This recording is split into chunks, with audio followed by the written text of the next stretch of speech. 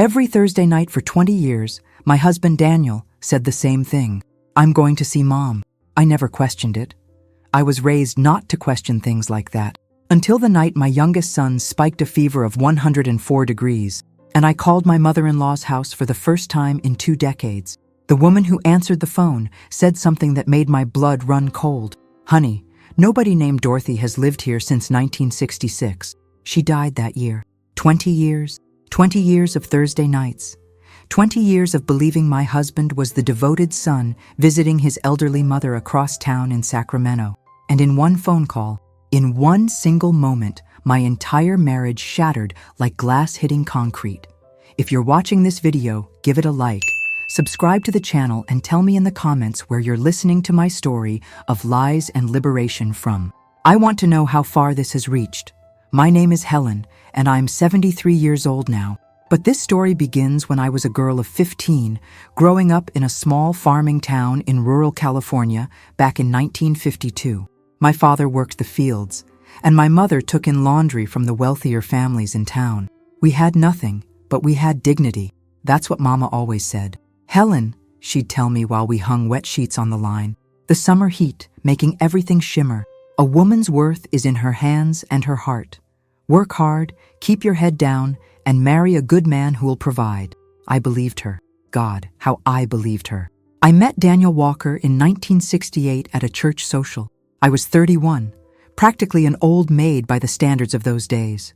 And I'd almost given up on marriage. Daniel was 35, tall and solid, with dark hair that fell across his forehead and a smile that made you feel like you were the only person in the room. He worked as a supervisor at the lumber mill and drove a green Volkswagen Beetle that he kept immaculately clean. He had a steady paycheck, good manners, and he talked about wanting a family. We courted for 8 months. He'd pick me up every Saturday evening in that green Beetle, and we'd drive to the diner on Main Street, where he'd order us both meatloaf and mashed potatoes. He always pulled out my chair, always opened my door, always called me sweetheart in a way that made my cheeks warm. We married in March of 1970 in a simple ceremony at the Methodist Church. I wore my mother's altered wedding dress, and Daniel wore his only suit. We couldn't afford a honeymoon, but we didn't need one. We moved into a small rental house on Oak Street, 2 bedrooms, 1 bathroom, a kitchen with yellow linoleum that was cracked in the corners. It was ours, and that was enough. Our first son, James, came in 1971. Sarah followed in 1973, and our youngest, Bobby, in 1975.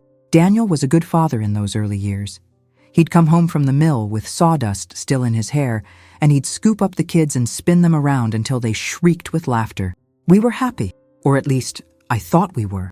It started in 1973, right after Sarah was born. A Thursday evening in October, Daniel came home from work, took a quick shower, and changed into fresh clothes. A blue button-down shirt I'd ironed that morning. He kissed my forehead and said, "I'm heading to Mom's place. You know how she gets lonely on Thursdays." I didn't question it. His mother, Dorothy, lived alone in a house across town, and it seemed natural that a good son would visit his widowed mother. "Give her my love," I said, balancing Sarah on my hip while James tugged at my skirt. He came home around midnight.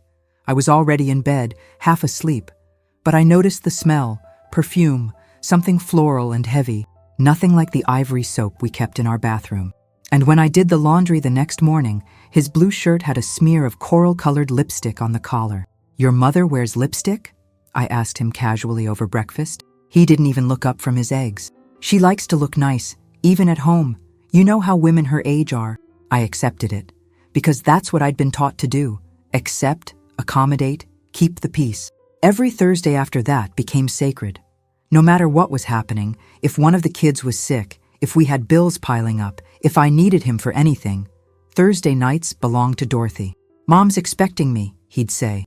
And that was that. He'd leave at 7 o'clock sharp, always freshly showered, always in a clean shirt that I'd pressed. And he'd come home between 11 and midnight, smelling of that same heavy perfume, sometimes with his hair slightly damp, as if he'd showered again before coming home.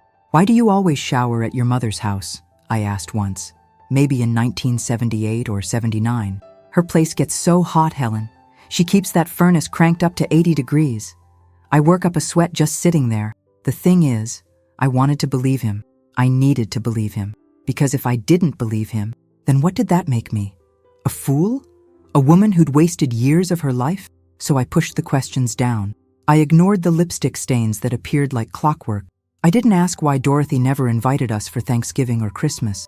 Why she never wanted to see her grandchildren. Why in the rare times I'd met her at family funerals, she'd been cold and distant. Nothing like the warm, lonely mother Daniel described. And there were other things, small things that didn't add up. A silk scarf I found in his car once with the initials CM embroidered in the corner. Not DW for Dorothy Walker. When I asked about it, he said it was a gift he'd bought for his mother, but forgot to give her. But your mother's name is Dorothy Walker, I said. It's for her middle name, Catherine, Dorothy Catherine Walker. Another lie I wanted to believe. The years blurred together after that. James started elementary school, then Sarah, then Bobby. I joined the PTA, baked cookies for school fundraisers, hemmed the kids' pants when they grew too tall. Daniel got promoted at the mill. More responsibility, better pay. We moved to a slightly bigger house on Maple Street in 1979. 3 bedrooms this time, a small backyard where the kids could play. But Thursday nights never changed. 7 o'clock like clockwork. The green Volkswagen would back out of our driveway, and I'd watch from the kitchen window as it disappeared down the street. The kids learned not to ask for their father on Thursdays. Dad's at Grandma's became the standard explanation. They accepted it the same way I had, without question, without suspicion. I met Dorothy Walker exactly 4 times in all those years. The first was at Daniel's cousin's funeral in 1974. She was a thin woman with steel gray hair pulled back in a tight bun. And when Daniel introduced us, she barely looked at me. Her handshake was cold and brief. "So you're the wife," she said. "Not pleased to meet you, or I've heard so much about you." Just the wife, like I was an inconvenience. The second time was at another funeral in 1977. Again, she was distant, almost hostile. She didn't ask about the children, didn't express any interest in meeting her grandchildren. When I suggested bringing the kids by for a visit sometime, she said, "I'm not much for children. They're too loud." What kind of grandmother doesn't want to meet her own grandchildren? The third and fourth times were similarly cold encounters at family gatherings, and yet every Thursday night, Daniel painted this picture of a lonely, loving mother who lived for his visits. "She made pot roast tonight," he'd say. "She asked about the kids. She's getting older, Helen. These visits mean everything to her." I wanted to confront the contradiction. I really did. But there was always something stopping me. Fear, maybe, or the certainty that if I pulled at that thread, my entire life would unravel. Then came June of 1985. It was a Thursday night, cold for June in California. One of those evenings where the fog rolls in from the coast and settles over Sacramento like a damp blanket. Bobby was 10 years old, and he'd been complaining all day that his throat hurt. By 6 o'clock, he was burning up. I pressed my hand to his forehead and felt the heat radiating from his small body. "Daniel," I called out, "Bobby's really sick. I think we need to take him to the emergency room." Daniel was in the bedroom, buttoning up his Thursday shirt, a white one this time, crisp and fresh. "Can it wait until I get back from Mom's? He has a fever of 104. He's shaking." Daniel came out, looked at Bobby curled up on the couch, and frowned. "Give him some aspirin. If he's not better by the time I get home, we'll take him in." "Daniel, he needs a doctor now." His jaw tightened. "Helen, I can't miss tonight. Mom's expecting me. She'll worry if I don't show up." Something in me snapped. Maybe it was 10 years of lipstick stains and perfume smells. Maybe it was the way he valued his mother's expectations over our son's fever. But I heard myself saying, "Then call her. Tell her you can't make it tonight." He blinked. "What?" "Call your mother. Tell her there's a family emergency." For just a second, maybe less than a second, I saw panic flash across his face. Then it was gone, replaced by irritation. "You know Mom doesn't like phone calls. She gets confused. Daniel, just call her. I don't have time for this." He grabbed his car keys from the hook by the door. "I'll be back by midnight. Take Bobby to the ER if you're that worried. I'll meet you there." The door closed behind him. I heard the Volkswagen start up, heard it pull away, and I stood there in our living room with my feverish son and something cold settling in my chest. Sarah came downstairs, 15 years old and observant in the way teenage daughters are. "Mom, is Bobby okay?" "Get your brother's coat," I said. "We're taking him to the hospital." "What about Dad?" I looked at her. really looked at her. And I saw a girl who'd grown up accepting her father's absence every Thursday, who'd normalized the weird little lies and inconsistencies because that's what we all did in that house. We normalized, we accommodated, we looked away. Your father, I said slowly, is visiting Grandma Dorothy. Something in my tone made Sarah pause. She tilted her head, studying me. Have we ever been to Grandma Dorothy's house? No. Why not? I don't know. Sweetheart, get Bobby's coat. At the hospital, they confirmed what I already knew. Bobby had strep throat.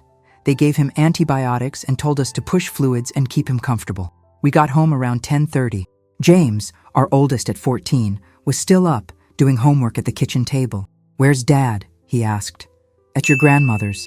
James nodded, not looking up from his math textbook. So casual, so accepting. And that's when I realized we were all living in a house built on lies, and I was the one who taught my children to be comfortable there. I put Bobby to bed, made sure he took his medicine. Then I sat down at the kitchen table with the rotary phone in front of me. My hands were shaking. The phone book was in the drawer. I'd seen Daniel's mother's number written in his address book before. Dorothy Walker, followed by a Sacramento phone number. I picked up the receiver, dialed. My heart was pounding so hard I could hear it in my ears. The phone rang once, twice, 3 times. A woman answered. Hello? She sounded young, maybe in her 30s. Hello, I said, my voice steadier than I expected. I'm looking for Dorothy Walker. There was a pause. I'm sorry. Who? Dorothy Walker. This is her daughter-in-law, Helen. I'm calling because there's a family emergency. Another pause, longer this time. Ma'am, I think you have the wrong number. I'm Berenice Martinez. My husband and I bought this house in 1967. Nobody named Dorothy has lived here since we moved in. The room tilted. I'm sorry, what? We bought this place from the estate sale. The previous owner, I think her name was Dorothy something, she died in 1966. The house sat empty for about a year before we bought it. My mouth went dry. 1966. Yes, ma'am. I'm sorry, but I think you must have an old number. Is there anything else I can help you with? I hung up, just pressed the button down and sat there in my kitchen with the dial tone buzzing in my ear. 1966. Dorothy Walker died in 1966. 7 years before Daniel started his Thursday night visits. 7 years before he first told me he was going to see his mother. 20 years of Thursdays.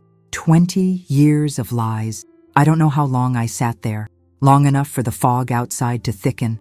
Long enough for my hands to stop shaking and something else to take its place. Something cold and clear and furious. James looked up from his homework. Mom? You okay? I'm fine, honey. Go to bed. It's only 10:45. Go to bed, James. He went, thank God, because I couldn't have explained what was happening to my face. I turned off all the lights except the small lamp by the front door. Then I sat in the armchair facing the entryway and waited. Daniel came home at 11:53. I watched through the window as the green Volkswagen pulled into the driveway, watched him get out and smooth down his shirt. Even from where I sat, I could see his hair was damp. He'd showered. Again. The key turned in the lock. The door opened. He stepped inside, and when he saw me sitting there in the dark, he froze. Jesus, Helen, you scared me. He tried to laugh. Why are you sitting in the dark?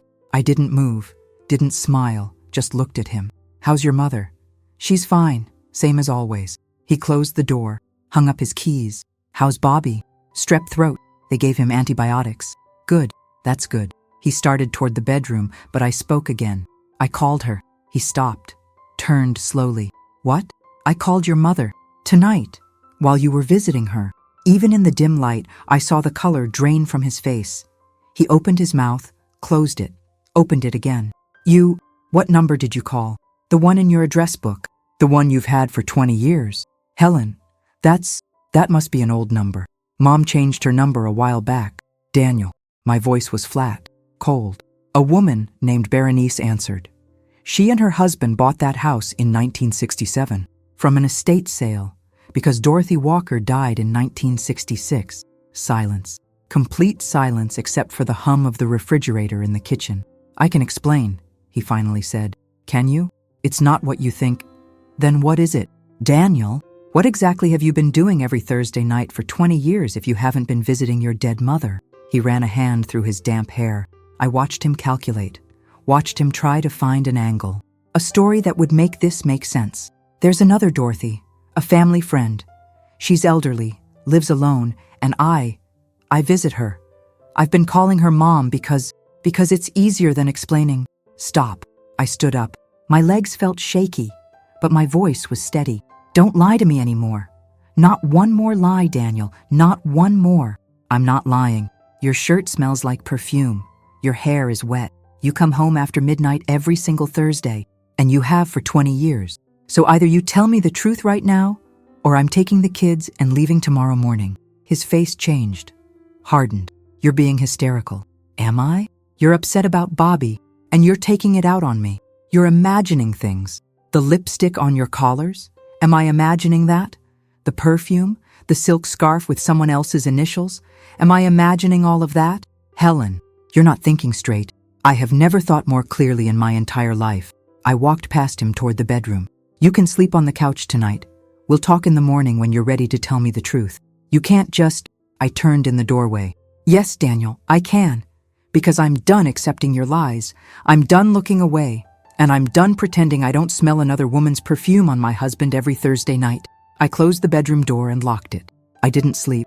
I lay in bed staring at the ceiling, my mind racing. 20 years of Thursdays. What had he been doing? Who had he been with? And why? God, why had I let it go on for so long? Morning came gray and cold. I heard Daniel moving around in the living room around 6. By the time I came out, he'd made coffee. He looked like he hadn't slept either. Helen, he started. The truth, I said, or I'm packing. He set down his coffee mug. There's a woman, Christine. I met her in 73. It started as just a friendship, and then it became more. She lives across town. I see her on Thursdays. The confirmation shouldn't have hurt as much as it did. I'd known, hadn't I? But hearing it said out loud felt like a physical blow. For 20 years. Yes, you've been seeing another woman for 20 years, and you lied to me, to our children, every single week. It doesn't mean anything. It means everything, Daniel. It means our entire marriage has been a lie. That's not true. I love you. I love our family. Don't you dare. My voice cracked. Don't you dare say you love us while you tell me you've been cheating on me for 20 years. Helen, please, I want to know where. Where have you been going? He hesitated. Her apartment. Sometimes other places. What other places? Helen, does it matter? Yes, it matters. Tell me. He looked away. There's a club, downtown. Christine and I, we go there sometimes. Something in his tone made my skin crawl. What kind of club? Does it matter? Daniel, what kind of club? He didn't answer. And in that silence, I understood. Not all of it, not the specifics, but enough. Enough to know that this was worse than just an affair. This was a whole secret life, a whole alternate existence that he'd been living while I raised our children and pressed his shirts and believed his lies. I want to see, I said. What? Next Thursday. I want to see where you go. Helen, that's not a good idea.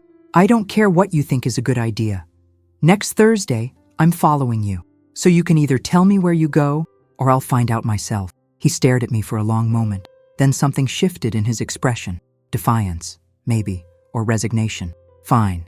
You want to know? I'll show you. But I didn't wait until next Thursday.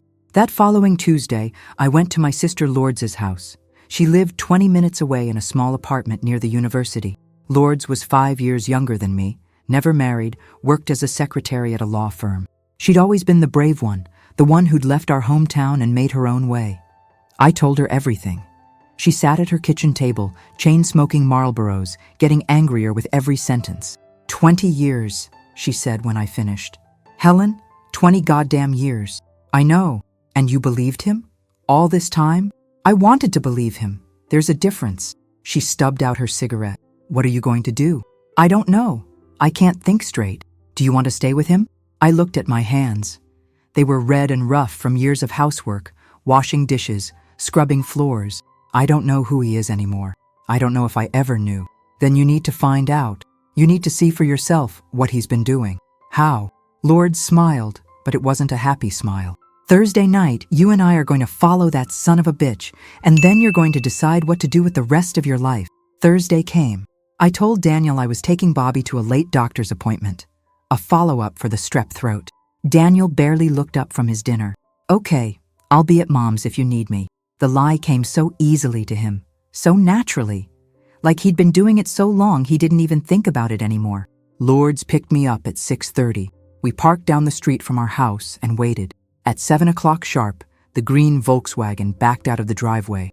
That's him, I said. Then let's go. We followed him through Sacramento, keeping a safe distance. My heart was pounding so hard, I felt dizzy. Daniel drove for 15 minutes, away from the nice residential neighborhoods, toward the older part of downtown where the buildings were grittier, where neon signs flickered in the gathering darkness. He turned onto a side street. We followed, and then I saw it. A building with a red neon sign that said, The Mirage Club. The parking lot was half full. Daniel parked near the back, got out, smoothed his shirt. A moment later, a woman came out of a car nearby, blonde, younger than me. She smiled at Daniel, and he kissed her cheek. Then they walked into the club together, arm in arm. Do you want to go in? Lourdes asked quietly. No, my voice sounded strange, distant. I don't need to. I've seen enough. But I hadn't. Not really. Because Lourdes rolled down her window and called out to a man smoking by the entrance. Hey, what kind of place is this? The man, heavyset, wearing a security guard uniform, shrugged. Private club, members only. What kind of club? He grinned. The kind where married folks come to not be married for a few hours, if you know what I mean. Lourdes' face went white. She rolled up the window. We sat there in silence for a long time. Finally, Lourdes said, Helen, I'm so sorry. Don't be. I surprised myself with how calm I sounded. This is good. This is clarity. What do you mean? I turned to look at her. I mean, I know what I have to do now. I didn't confront Daniel that night, or the next day, or the day after that. Instead, I started planning. I went back to Lourdes' apartment on Friday afternoon and laid it all out for her. I need to leave him, but I need to do it right. I need money. I need a place to go.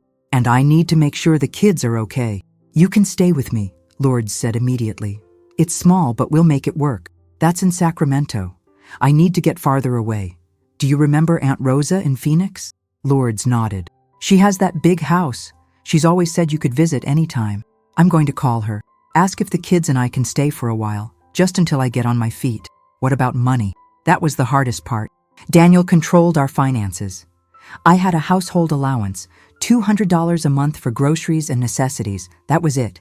Everything else, the mortgage, the bills, his spending money, he handled. I had maybe $75 in my purse at any given time. I'll save what I can, I said, and I'll start taking in sewing. Sewing? I'm good with a sewing machine. I can do alterations, hem pants, fix zippers. I'll put up a notice at the community center, work for cash. Lourdes looked at me with something like wonder. You've really thought this through. I've had 20 years to think about it. I just didn't know I was thinking about it until now. Over the next 6 months, I became someone I didn't recognize, someone calculating, someone secretive, someone who lied. I started small. $5 here, $10 there, skimmed from the grocery money and hidden in an oatmeal canister in the back of the pantry. Daniel never looked in the pantry. Why would he? That was my domain. I put up a notice at the community center. Alterations and sewing. Reasonable rates. Within a week, I had 3 customers.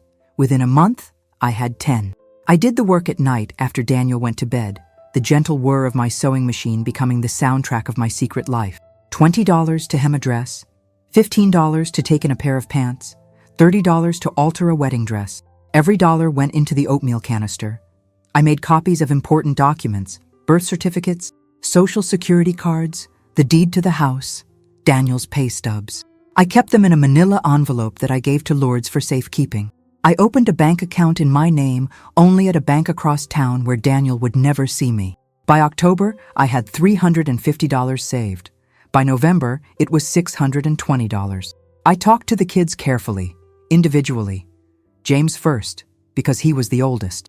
If Dad and I weren't together anymore, I said one afternoon while we folded laundry, would you be okay? He looked at me sharply. Are you getting divorced? I'm asking a hypothetical question. James was silent for a moment. Then he said, I've known something was wrong for a long time.